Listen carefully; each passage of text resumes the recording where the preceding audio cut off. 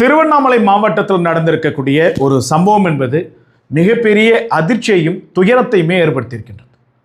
மழை காலங்களில் போதிய விழிப்புணர்வு என்பது அவ்வப்போது மக்களுக்கு மிகுந்த அவசியம். ஆனால் அந்த போதிய விழிப்புணர்வை மழை காலங்களில் அரசு கொடுப்பதற்கு தவறிவிடுகிறது.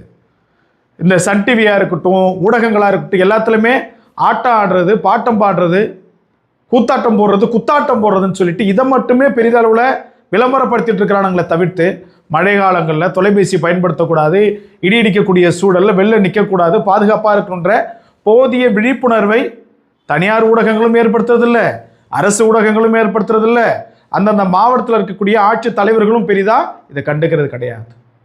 நேற்றைய தினம் திருவண்ணாமலை மாவட்டத்தில் இருக்கக்கூடிய இந்த பத்தியவாடின்ற ஒரு கிராமத்தில் ஒரு இளைஞர் அவருடைய விவசாய நிலத்தில் இருந்திருக்கிறார். அப்போது தொலைபேசி பயன்படுத்திட்டு இருந்திருக்கிறார்.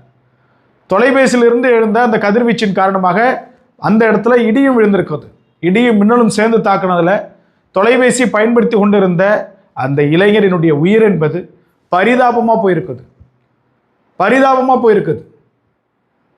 ஒரு அரை மணி நேரத்துக்கு முன்னாடி தான் என் பிள்ளைய பார்த்தேன், அதுக்கப்புறம் இப்படி பணமாக பார்க்குறேன்னு சொல்லிட்டு அவங்களுடைய குடும்பத்தார்கள் கதறி அழக்கூடிய சத்தம் என்பது மிகப்பெரிய ரணவேதனையை ஏற்படுத்தியிருக்கின்றது.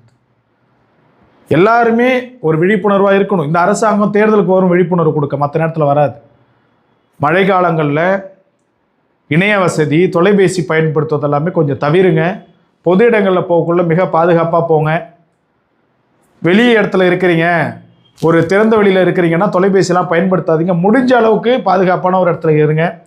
உயிரிழந்த அந்த இளைஞருக்கு ஆழ்ந்த இரங்கல், அவங்களுடைய குடும்பத்துக்கும் ஆறுதலை தெரிவிச்சுக்கிறோம். ரொம்ப பாதுகாப்பாக இருங்க. உயிரிழந்த அந்த இளைஞருக்கு உரிய நிவாரணம் அரசு கொடுக்க வேண்டும். அவர்களுடைய இல்லத்தில் ஒருவருக்கு அரசு வேலை கொடுக்க வேண்டும்.